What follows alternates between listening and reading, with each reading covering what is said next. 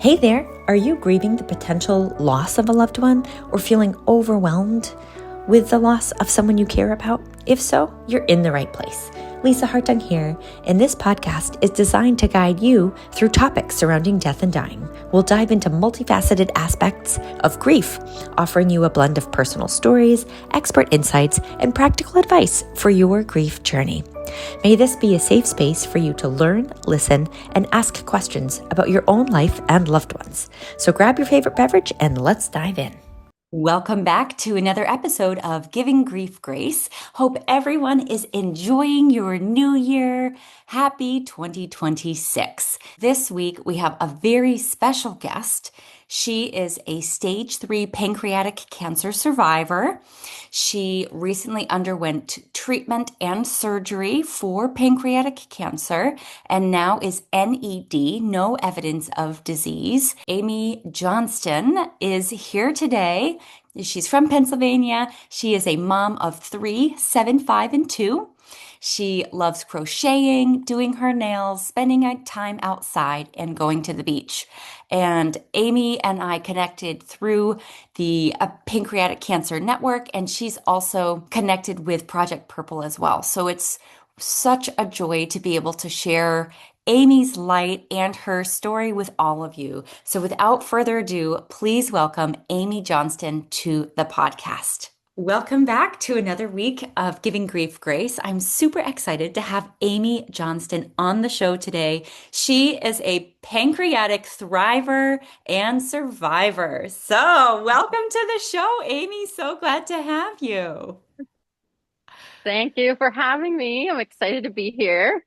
Oh my goodness. You have had such an inspiring pancreatic cancer story, and that's really why I wanted to have you on the show. And sometimes when you get that diagnosis, it can be really bleak. And so I think that you are kind of a poster child of hope and perseverance. And one thing that I think is really unique, or maybe not so unique about your story, is that you were sick for months before receiving the diagnosis. And I think that that's kind of how pancreatic cancer can get so tough. Maybe you could tell us kind of about the moment that you're like, no, I'm not going to settle for this first answer of like, oh, it could be something. And you kept advocating for yourself. And so, kind of, what did that beginning look like for you? So I've always naturally, even from childhood, been a pretty anxious person. And I always kind of go to extremes. So when my symptoms started, it wasn't long after I went to the ER, just because I was like terrified something was really wrong. The first red flag for me was when they did my blood work, my lipase was doubled. And the ER doctor was not concerned at all. So part of me was relieved, but then I was like, I've never had this. I've never even heard of it, didn't know what it was. So I found out it was a pancreatic enzyme. It's like, okay, he's follow up with your GI. So I followed up with my GI.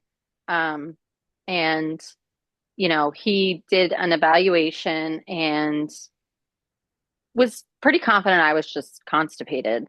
And so again, I felt kind of relieved, but I was like, yeah, that doesn't really explain my blood work.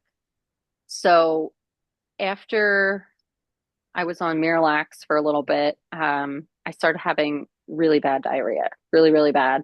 Mm. And I told him, so he sent me for make sure I didn't have an obstruction. And in between that, I had asked for him to repeat my blood work. So when he repeated my blood work, my lipase had normalized, but my amylase, which is also a pancreatic enzyme, was doubled, and my fasting glucose was elevated, which I've had 3 pregnancies, never had any issues with my glucose. And I was like, are you sure?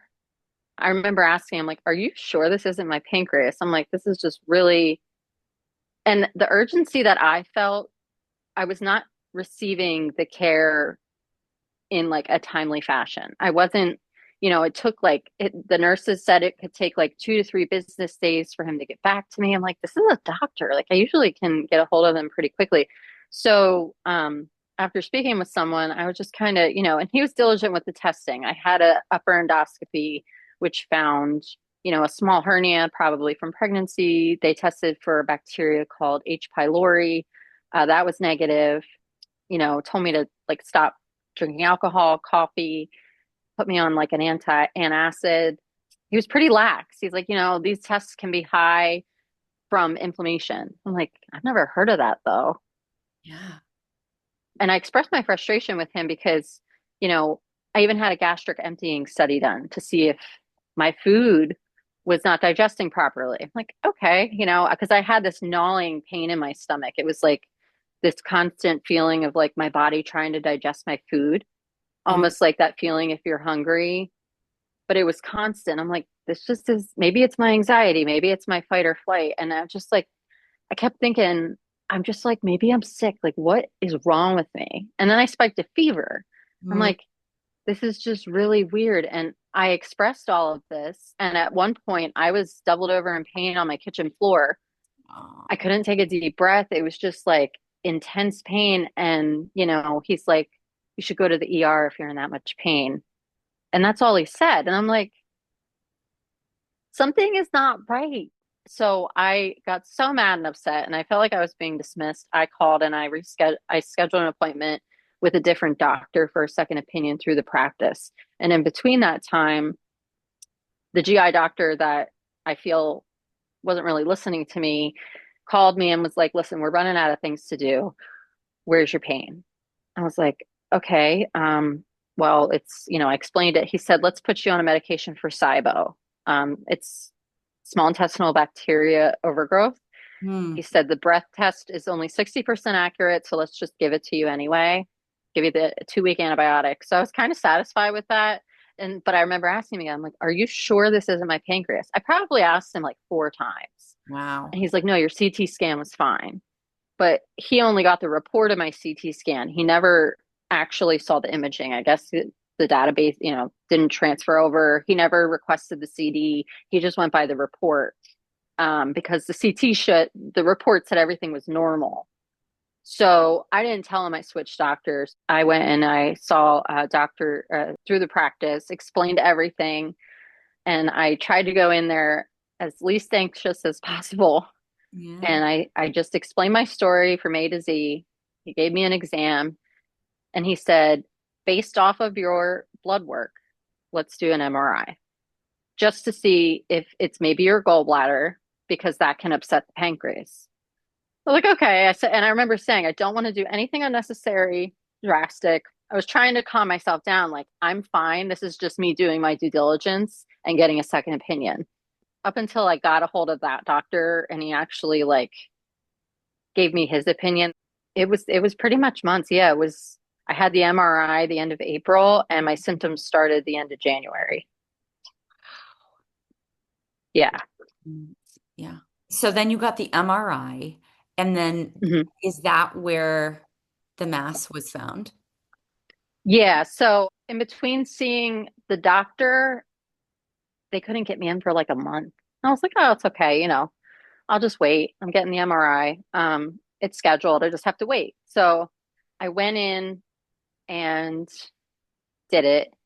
I think the very next day, well, I asked him, I'm like, am I going to get these results back quick? Is there a way you can make this kind of like stat, so I could get them right away? And they were pretty like nice about it. And they're like, yeah, we can like have them read it fairly quickly. So, I got it. I think it was a Tuesday. I was driving. I got home and I'm on the phone with my sister. I'm like, I'm really nervous. And she's like, well, your CT was fine. Everything was fine. And, I pulled up the results and I'm reading through, I'm looking for like all the good, okay, everything's just fine. Here's here. And then I saw adenocarcinoma. I'm like, Mm. carcinoma. I'm like, that sounds really rough. It's like, that's a cancer. And I was just like completely, I couldn't hold it together. I called my doctor. I was just like, you know, I need you to call me back. And of course I saw it before he did. Patients right to know. It's kind of crappy when you're in a situation like that because usually he probably didn't read it yet. Gosh. And I was like he called me back. He's like, I just remember telling the nurses, I'm like, I don't want to die. I have 3 kids. I don't want to die. I don't want to die. I started looking, I Googled instantly. Oh Do gosh. not do that. Mm-mm. Don't Google. Mm-mm. and it was just all bad stuff, pancreatic. I'm like, and then I'm like, well, could MRIs be wrong? Could they be reading it wrong?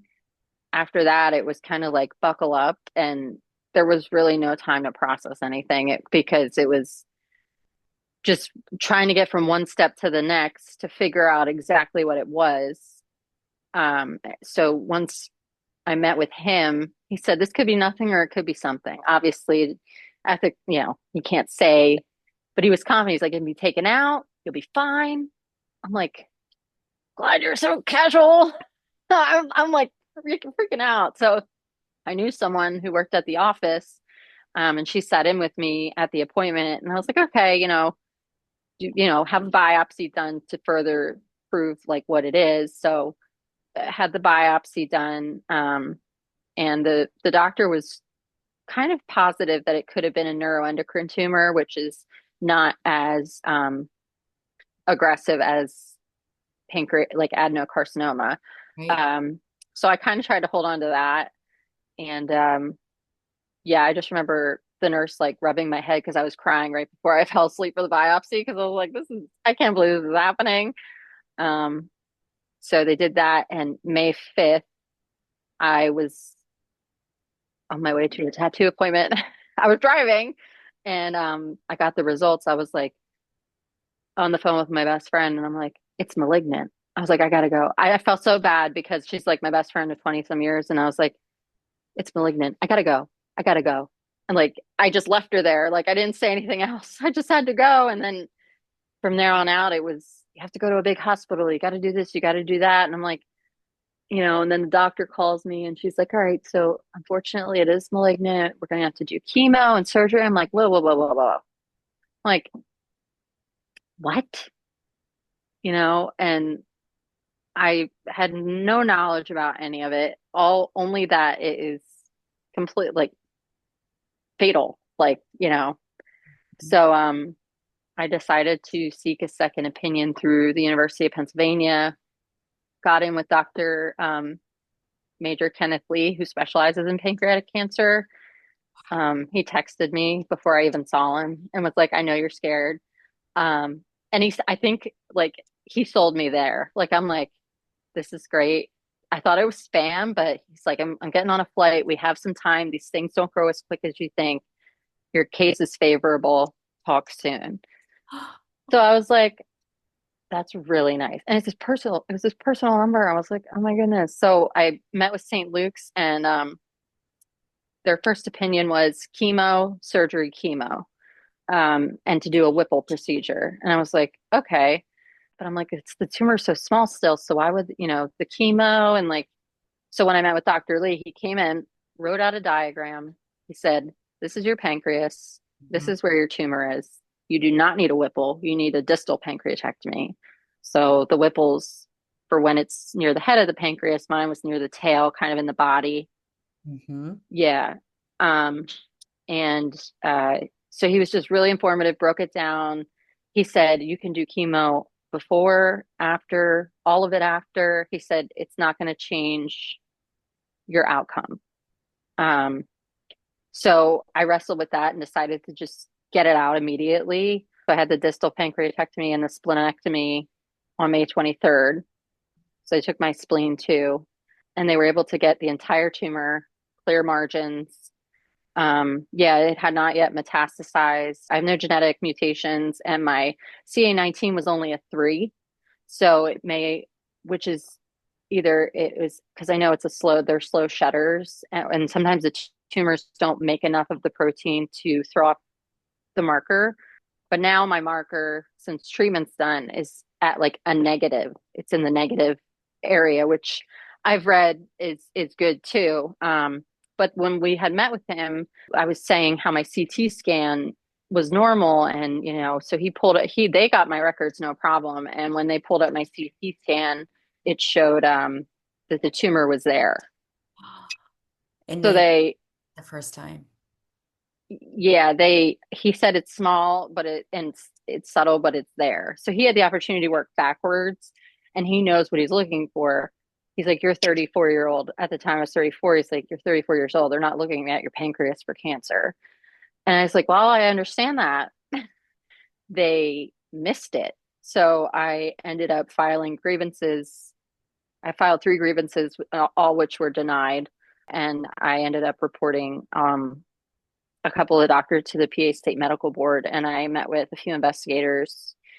I was looking for accountability because I felt that I wasn't properly cared for, even though there were, the standard of care was there with the testing and thoroughness. But I just feel my concerns when I voiced them were just kind of disregarded. Like, you assumed that it was from inflammation instead of, we didn't run out of options. I could have had an MRI, I could have had an ultrasound. Looking back, I was, yeah, I guess I really did have to like fight for myself because at the time I didn't know it was serious. I just thought I was being an anxious person. But yeah, that's like me in a nutshell, my whole But I story. mean, that's the whole, I think, especially in the US in this time, being your own self advocate is so important because you can go to a specialist that knows one specific area, but they don't might not know another, or Hmm. like be as versed in this specific. Like you go to a GP, a general practitioner, and they are versed on just general things around the body, but then you go to a GI doctor, right? And they have a specialty. And so, Yeah, I even went to my primary and, expressed my concerns about my pancreas. And she said, I really don't think it has anything to do with that. And I had them rerun my blood work again shortly before my MRI, I think. All my blood work was normal. And then all my symptoms went away. Everything stopped. So at that time, I was like, yeah, okay, I'm fine. And I wasn't even gonna, I told my sister, I'm like, I don't even think I should go for the MRI. Everything's normal now. And I was just like, no, I should do it. But it was just really just very peculiar.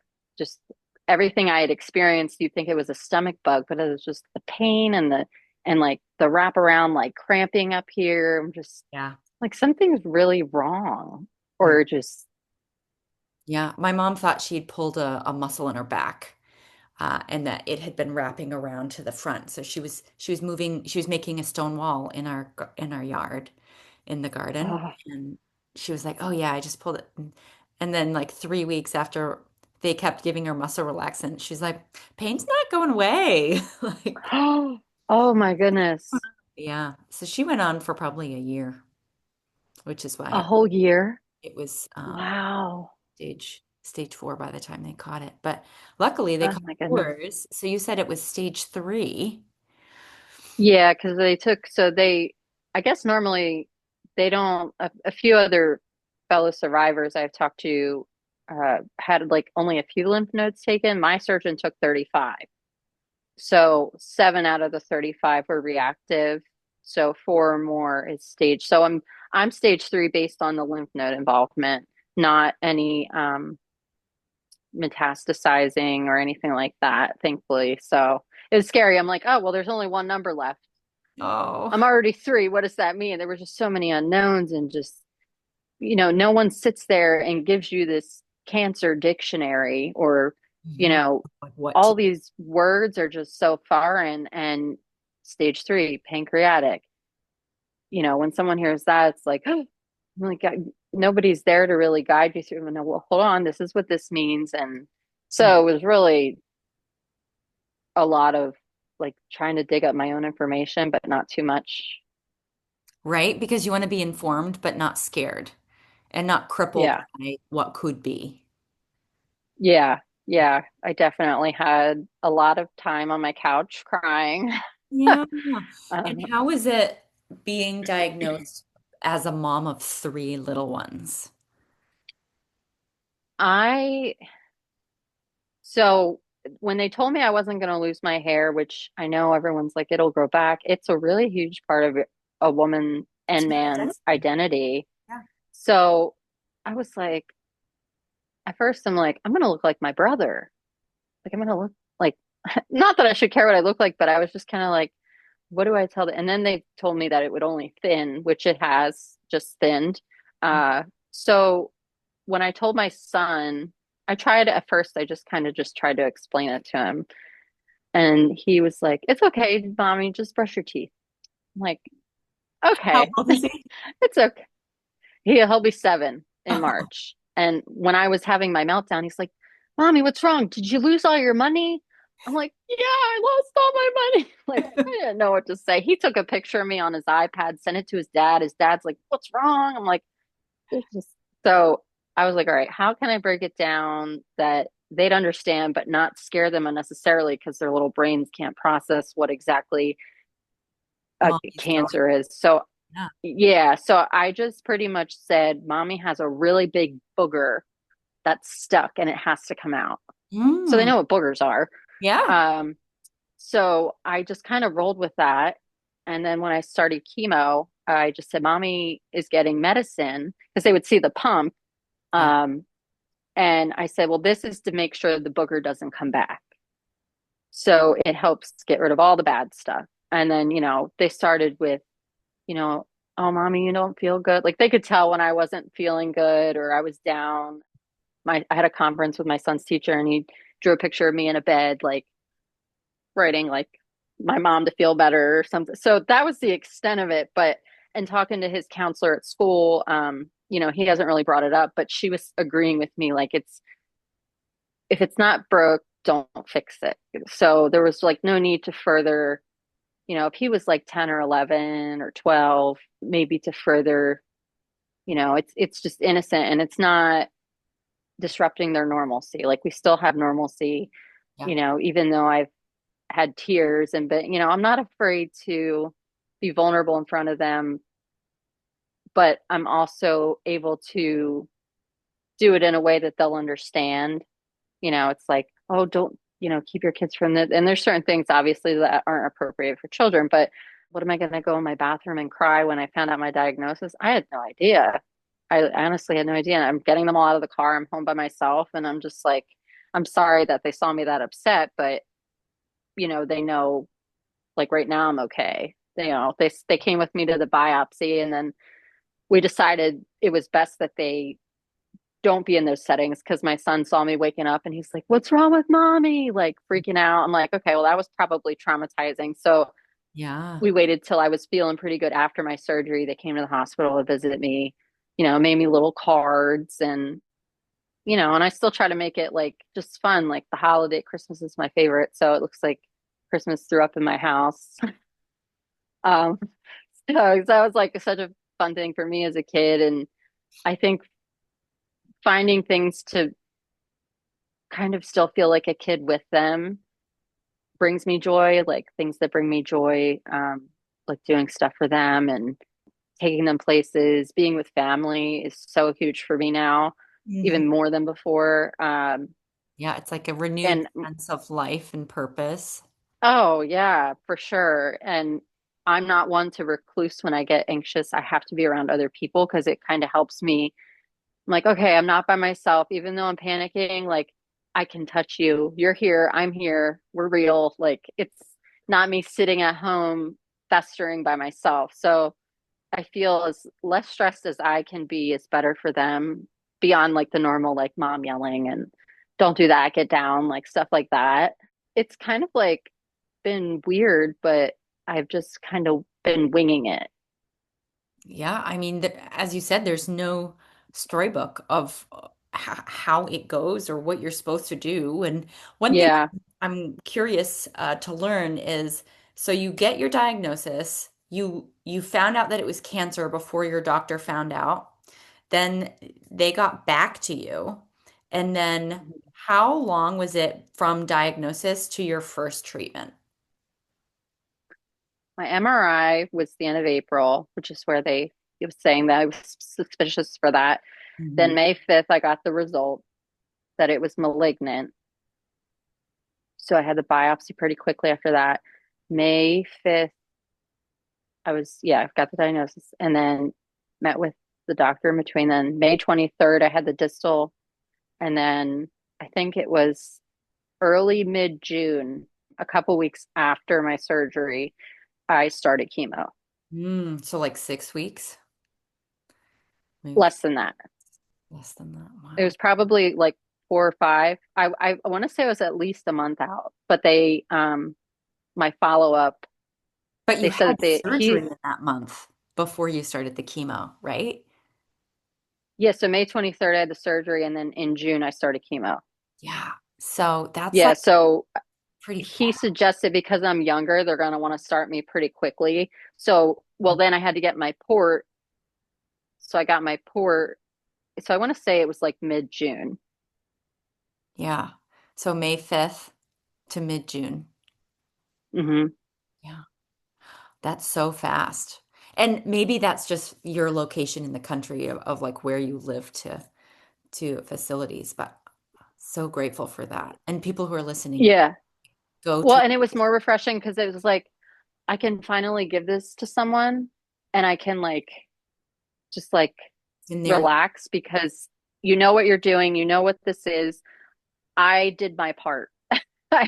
So, You showed and up. I could have, yeah, and so I was gonna stay with St. Luke's to do the chemo, but I was in the hospital. I started getting depressed about leaving, as Mm, odd as that sounds, because I just felt like so much comfort and like so like everybody was so nice. I'm like, Dr. Lee's like, well, it's the same treatment. I was like, no, I need to stay with Penn for like the duration of my monitoring, everything. Like I know they're different doctors, but like I feel most comfortable here. So, and I truly have, even though it wasn't fun going to treatment, but like everybody was always so nice. They know me by name, you yeah, know. Um, makes a difference. so yeah, yeah, it was a big difference. And I have a follow up with my GI that ordered the MRI, not for any reason. I just want to personally thank him. So, hopefully they'll still let me see him because I did file like on one of them there, but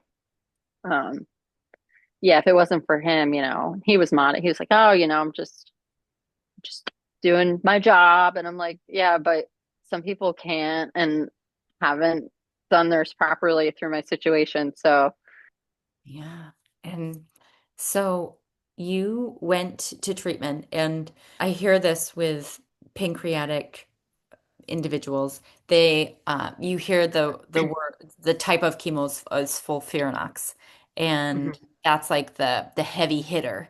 And everyone, there's side effects underneath, like everything under the sun. So how has your experience been in that treatment? In that treatment, like, uh so my very first one, I went in like coloring books. I had all this stuff ready. I was gonna, yeah, I'm just gonna sit through it. They had to tweak some things. But from my second treatment on, they started giving me Benadryl, and because I started getting itchy. Any symptom you have that occurs, they come in, stop, message a doctor. Like they take that like so seriously, any new symptom because you don't know how it's going to affect someone. right? Like my whole body started getting like convulsions, like my muscles just kind of just were tweaking. So that was a normal occurrence after each treatment, just like a really heavy feeling of just unwell. Like it was just a heaviness. And when I started to learn what I was going to expect and know, it was like bracing for impact. It wasn't all the time that I'd experienced certain things. I definitely had GI issue like for a couple days, like the GI, it really messes with you. I'm grateful that it didn't persist longer because I didn't want to like be too dehydrated. I get the cold sensitivity. Like I can't touch or eat anything too cold. Uh, it's almost like I don't know how to like a tingling sensation, but not, and it alters your taste. Like my whole perception of what things tasted like were really different, which made it unappealing, and the nausea. Um, and sometimes I would get like my speech was affected, so I couldn't talk right for a little bit after treatment. And sometimes I'd have a bit of facial paralysis, like my face would get stuck in certain, like if I moved my nose like that, it would like get stuck. And Interesting. now, what? I said, that's so interesting. Yeah, and then now my last treatment up to now, I started neuropathy in my fingers and my toes. but it's thankfully only started since last treatment, but it was different every time. I didn't always get the muscle spasms, and then sometimes I would. My 11th treatment hit me the hardest. I had body aches, like before you get like a fever, you just get Mm. really, really weak. But then my very last treatment, I was a little more coherent. So it was kind of like I didn't really know what to expect. But sitting there for 4 hours, you just kind of, and I would pass out. I would sleep for the majority of it, but I'd wake up and I'd still have an hour left. And it became like such like a normal thing. But now looking back, it's like all of those drugs affected my motor functions. Like that's some pretty heavy stuff. Mm. Um, and if I look down, uh, I guess my oncologist explained that it can affect some stuff in your spine. When I look down, I get like a shock in my feet. Kind of hard to explain. Yeah, it's really weird. I just started noticing that, and they said like it's a form of neuropathy, but it's something to do with the chemo and your, I don't know. They said it should subside, but it doesn't really bother me too much. But yeah, just I didn't thankfully throw up, but no, I did rely on Zofran a good amount of times. So, Fran, Yeah, yeah, but the thing with that is it causes constipation, so then you're battling that, and then the first 3 or 4 days, just everything you ate or drank just did not taste good, and it made me, I couldn't eat a lot Mhm. or even drink. So I would chug like Gatorade just to get something in me, or I would eat French fries. All right, if this tastes good, this is what I'm eating. And it's so hard because people are like nutrition, nutrition, but when you literally have nothing in you, it's like anything goes. I Yeah. don't care if it's a candy cane, a piece of chocolate, get something in your system. And that's what they were stressing to me. They're like, if you want a brownie, eat the brownie. Just get something in your body. Because I didn't realize being dehydrated and not eating enough food like made it Worse. the bounce back a little worse. Mhm. Yeah. So, So then would you eat and drink before you headed into treatment, knowing like I'm not going to feel good after this? oh, I would chug something ice cold and I'm like, this is so great. Like I will never take drinking something cold, eating ice cream for granted ever again. Yeah, because I'm like, this is it. This is my this is my last hurrah for a little while. And, I would just really when I got my taste back, I'm like, okay, I can't wait to eat again. Like I can't wait to just simple things that people probably don't even think twice about. I couldn't imagine being older or having a comorbidity to coincide with going through that because if Yeah. it was hard. It was hard. It was not fun. I remember saying like, I don't think I can do this anymore. I don't think I can keep doing this. And I would get like the Sunday scaries, but for chemo. So I would get into a real kind of depressive funk because I knew what to expect. Yeah, thinking back, like I can still feel how it like I would know what I'm gonna feel. I'm like, oh, this is gonna stink. And So, how do you and psych for that? part of me would always try to like feel like I could pause time, like, okay, I still have tonight, I Yeah. still have the morning, I still have the drive there, I still have my blood work, they still have to access my port. It's still going to be a little bit of time.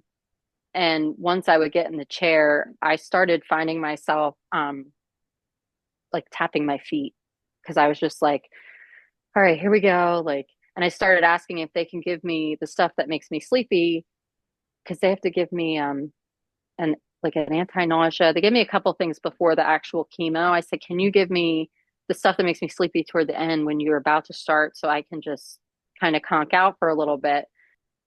And the last couple, I was like, I think I'm gonna have a heart attack. Like my heart was just like racing. I was kind of Because of taking a lot of deep nerves. breaths.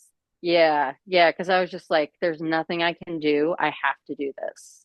Mm, Um, and I just kind of, pacing in the room, waiting for them to need anything. I'm like, nope, let's just go.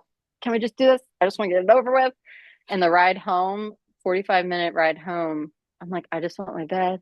I just want to go to bed. And I had to go to treatment one time by myself because my husband had a fever and I didn't have anyone else to go with me or watch the kids. And driving home after that, I never went alone again. Yeah, I don't even know if I Yeah. think they let my mom. They asked me if I was okay, but I was hanging on by a thread. Oh my gosh. Yeah. Yeah. And I tried to start eating big meals before I go in because the one time I did, I was like, oh, I'm feeling okay. Like I Mhm. had my coffee and like a breakfast sandwich, just trying to maybe if my belly's full, maybe it would make me tolerate the drugs better. I feel like it was I think it might have helped. And it just like what would bring me joy. Like I drink so much coffee now, but it's like, oh, I get so excited for a coffee or go to Starbucks or Dunkin' and like just enjoy this. Like this is right now. And like it's a lot of my living now is in the present versus worrying about the future, the what ifs. From Project Purple always says, what is in your control, and I was always, because I was an anxious person, always the what ifs and it could be this, it could be that. And now I'm just like, I am right here, right now. I have this to look forward to, so I would always each treatment down. My sister would try to encourage me, like, oh, you're halfway there. And then it would be like the weeks would fly by and it was like, here's another treatment, here's another treatment. I'm like, but now here I am. I'm like, it's kind of surreal. It's like I'm excited that I'm done, but also kind of nervous. And a lot of what I experienced was they were expecting, like they'd ask me each time, like, oh, any new symptoms? My one last visit with my oncologist, he's like, he's like, all your numbers are great. He said it's actually really rare for anyone to complete all 12 cycles at 100% dose.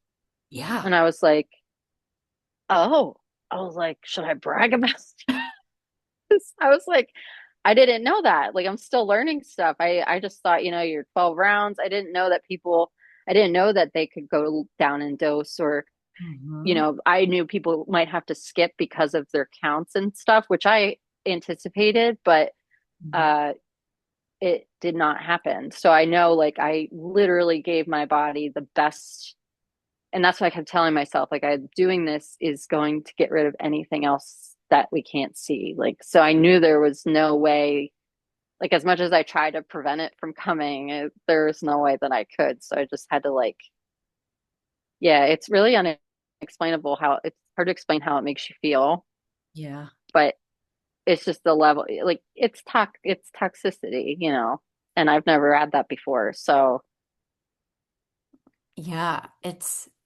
so fascinating that you did 12 rounds of full dose FOLFIRINOX and with like you didn't lose your hair and you just got neuropathy. It's pretty incredible. And FOLFIRINOX is that one, it's such a powerful drug. My mom and a couple other people that I know were just not well enough to take the FOLFIRINOX because it is such yeah, an aggressive drug. So you did it. You I did know it, girl. that. Well, I have like some survivor guilt because I hear other stories, and I met someone before my surgery. He was diagnosed stage 4, and the only time I met him, he unfortunately passed away in September, but Mm. he was just, how are you feeling about all this? And he told me one time, he's like, I envy people who can sleep. He's like, because you go to sleep thinking about it and you wake up thinking about it. So Mm. even though I'm on a very good road, I think about it all the time, asleep, Hmm. awake, so yeah, I wrestle with that kind of guilt. Like I want everybody to be okay. Yeah. And if everyone can't be okay, how can we make the journey for them better? Right? Well, yeah, just like being a support system and offering, there's resources out there, but people don't know about, the person that I met. It's a private journey, so I don't know if he knew or other people know that there is a network of, there's a whole world of people out there who are, PanCan, Project Purple, you, others like you guys. I don't think there's enough info or resources to help people. Hmm. And Or they're it's in, been really helpful for me. yeah, that network. But you do, it's you again have to be your own best self advocate and go find it Yeah, because maybe the doctor's office doesn't even know about it, right? right, exactly. Yeah. It's reaching out. So really making sure that you're using the network or using those the resources that you can even just Google whatever cancer it is or whatever illness it is and say support network in my area or Yeah. you know. Yeah. So one thing which is really wonderful about your journey is you were able to go to the Project Purple Summit for pancreatic hmm cancer survivors. And maybe you could tell us a little bit, for listeners who may be on their pancreatic cancer journey, what was it like to be there and to be surrounded by other people who are also on this path? Well, it's kind of cool because I was going in not knowing what to expect. I just knew I was going to meet a lot of other people like me, like, Mm. whether they are still battling it, surviving it. I met a 13 or 14-year survivor from stage 4. I met another stage 4 survivor, and he wrote a book. It was, we got to this hotel in Rhode Island, and there was like a meet and greet, and they took pictures, and you kind of got to like mingle and talk with one another. And then they had a dinner. We had throughout the weekend, they had informative sessions on, they had doctors come in, researchers talking about what's taking place and what's, new and up and coming and what they're working on. And at the time, the government was shut down. So they were explaining how that's it was kind of detrimental with the research and going forward. Thankfully, that's open now. And different, I think there was a gentleman in Europe that is, I think it was Europe, stage 4. They put together something that helps, I think they help better determine like genetics with the tumors. It was really intimidating in a way because there was a lot of things that I am not like well versed in. So it was a lot of new information, but yeah, it was like a celebration of survivorship and togetherness. It was really really nice. Like, and I wrestled with taking my story and comparing it to others, but then like I learned that the disease is not linear, and neither is each person's journey. Um, and it was crazy to see there's not one way for the disease to go. It's literally just so it's different for everybody, but it's really nice to be together with people who get it and who want the same things that I do, like want to help people and want to advocate. I think people expected, to know like, oh my gosh, like you're fighting this too. So it was really nice. Yeah, I hope I can go again and, continue to participate. And they're in Connecticut, so it's not too far from me, but I want to I've asked if there's ways I can participate in things, and so hopefully in the new year I can, like, I don't know, I want to do something. I just don't know what that is yet. But that's what it makes you want to do, is somehow help people. I just don't know what that is yet. Yeah, and sometimes it's just taking the next step and you never know what that leads to. And I think that it would be really helpful for you to speak about your experience as being a mom of three and, what was it like going through treatment while then also having to be the mommy and Yeah. being part of that family dynamic. And what does that look like when mommy's not feeling well? So I remember going to the beach with just my older two. Mia's going to be 5 and Jax will be 7. So they were on the rides at the beach, and I was determined to, like, because I had a scan coming up September, and I was like, oh, I'm going to be relaxed. I ruined my time because I was so petrified of what my scan might show, that I was like watching them ride rides and crying, like, what if I'm not here next year?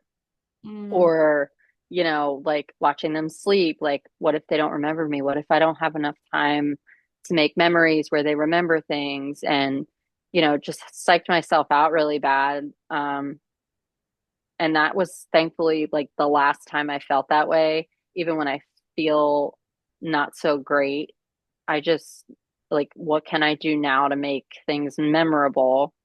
Um, and like we do the elf on the shelf, and we do not, I don't go crazy. I just, you know, even though I'm not feeling my best, like what can I do so like they're still able to have fun? I part of me worries like, oh well, if I were to not survive this, is all they're gonna remember me yelling and like doing the mom thing, or are they gonna remember, like they come up and they say, I love you still. I'm like, okay, well, I didn't mess up anything yet. They still like me. So, and I try to just do everything like my dad did for me as a kid. What brought me the most joy is like, Christmas and Santa. And I feel like that's maybe why I've been so level-headed with my scan coming up tomorrow, because there's like so much to look forward to that I'm Mm. like, I have to be here for this. I'm going to be here for this. So I try to keep in a positive headspace, because spiraling like that really is, it hurts everybody. Kind of like my kids see me upset, but then my husband's like, now he worries if I'm upset, am I going to get like into like, he see me in a pretty dark place. So I think it's worried him enough to be like, are you going there? You need to tell me if you feel like you're going there.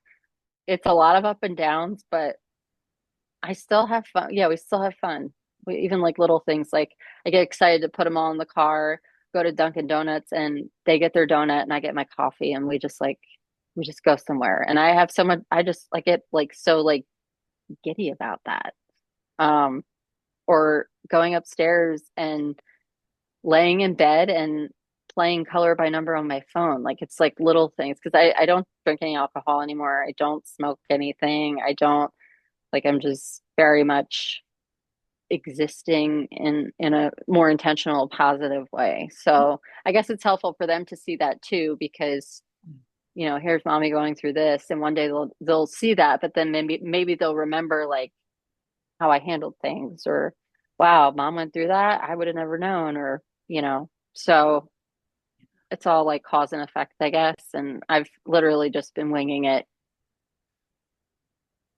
So The best way. I mean, yeah. it's such a joy to hear you say how intentional you are and how you're really soaking up the moments with the kids. And at the end of the day, it's so beautiful that we get to share that time together, you know? Yeah, and I you know, wish I could relish the days like going back, like the way I relish them now versus how I Mm-hmm. used to is completely different. Mm-hmm. I And it's not to say I know what it's like to have my mortality shoved in my face. It's just kind of like I have it's a whole different, living is completely different, and there's such a deeper meaning to life, now. It's the deeper connection and Yeah. really feeling into the moments.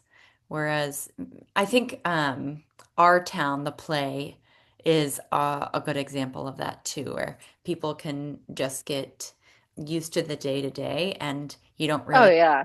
the gift of each day until you take Yeah.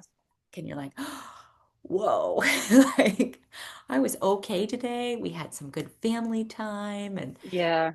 that's one thing I do every night. I journal before bed so that I can sleep better. And I always say, like, my last line is what I'm grateful for that specific day.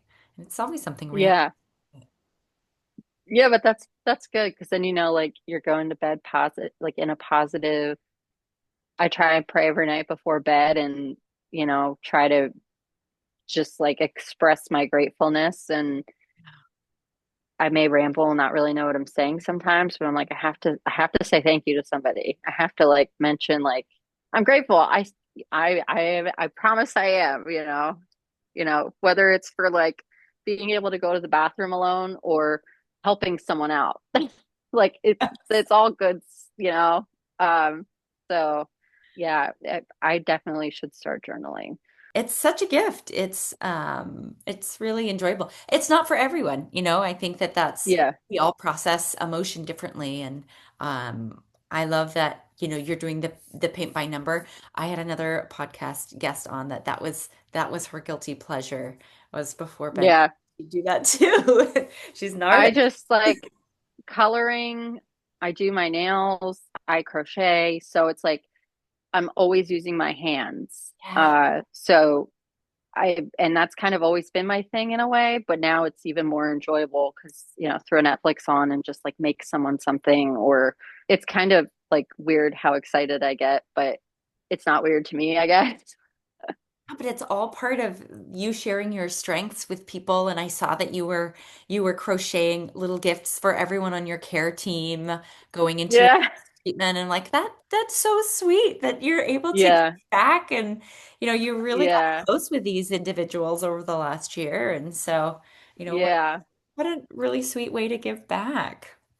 Yeah. And I know, like, people going in there, whether it's for just blood work or cancer stuff, no one's excited to be there. And then, you have them staying consistent each time I see them. The one, I guess she'd be like a nurse assistant or something. She took my vitals, but she was always smiling. How are you? Good to see you. See you next time. Like just the same and consistent, even if they're not experiencing the most kind people. It's like, well, I appreciate you. Here you go.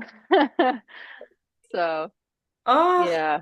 well, Amy, this has just been such a joy hearing about your story, and I love your positive outlook. Like, yes, there is anxiety, and I think everyone who is either going through this themselves or is a caregiver, there is anxiety about the unknown, right? And Oh it yeah. Oh how do yeah. you channel it in positive ways? And it sounds like, you know, living every day, you know, cherishing that, Yeah. the kids out, you know, even if it's just a ride around in the car, you know, getting donuts, just Yeah. the joys, right? I Celebrating. never used to be this way though. Like I can assure you I am completely different than what I was last year, but I'm I mean, I'm grateful for it. And it's weird. It's like I I would have much rather not gotten cancer, but then again, it's like, was it my biggest blessing? Like Mm, it's odd to say, but you know, it I guess you don't really know what it is in store until you go through something like that, and everybody goes through it differently. mhm. And not everybody has, unfortunately, this a great outcome all the time, but even those that are in a different situation, like, or worse than me, I talk to still are positive and upbeat, and I'm just, I admire them because, they're we're all in the unknown, I guess. So Mhm. Mhm. yeah. We're all doing it. Well, thank you Yeah. so much, Amy. If there are listeners that would like to connect with you and just, you know, hear more of your story and see what you're up to, how can listeners find you?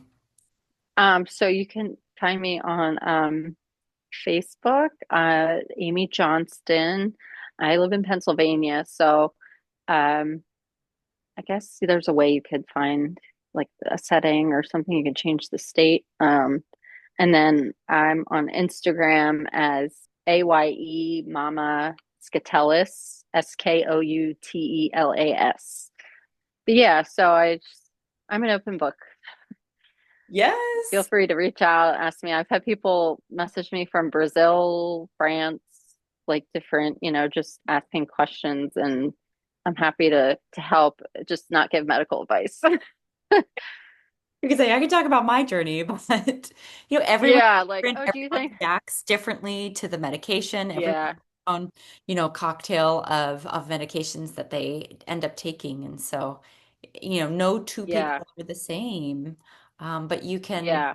say, this is what I've lived. And I think that, thank you so much for being open to receiving messages and sharing the journey with others, because it's so helpful to know that you're not alone.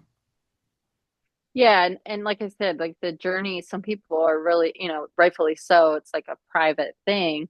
Mhm. And then, you know, but then in the privacy, are you lonely with it? So Yeah. maybe those people that are not sure if they want to talk about it or reach out, and then like hear someone like me, like, oh, well, maybe I can talk to her, because it's like, nobody and there are some people who go through this alone. There are people I've seen who have been at chemo alone, whether they just didn't have a ride or family or what have you. It's like, I went alone once and I didn't want to do that ever again. So, you know, every test appointment, like it's just nice to have, even if we're not in the same state, it's nice to like, I know I can message this person Mhm. just to like chat. So, yeah. So reach out, talk Yeah. talk to Amy. But thank you so much, Amy. I Yeah. will be cheering you on every step of the way, and I can't wait to see, Thanks. what this new chapter holds for you. And so Thanks. grateful for you.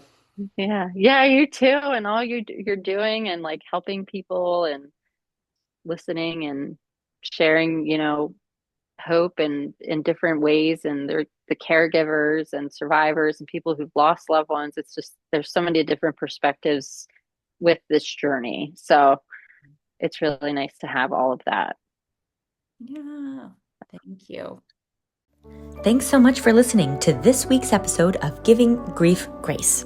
If you found the content interesting and think it could help a friend or a loved one, please share it with them. Subscribe to this podcast and get a weekly dose of positivity. And while you're at it, please leave a review. If you enjoyed the show and want to support me financially on my grief journey, I'm raising funds for Project Purple, a nonprofit whose mission is to see a world without pancreatic cancer. If you've lost a loved one and are looking for support in an online community, consider joining our free private Facebook group, Giving Grief Grace. May you be kind to yourself in the week ahead and give yourself grace. Thanks so much for listening, and we'll see you next week.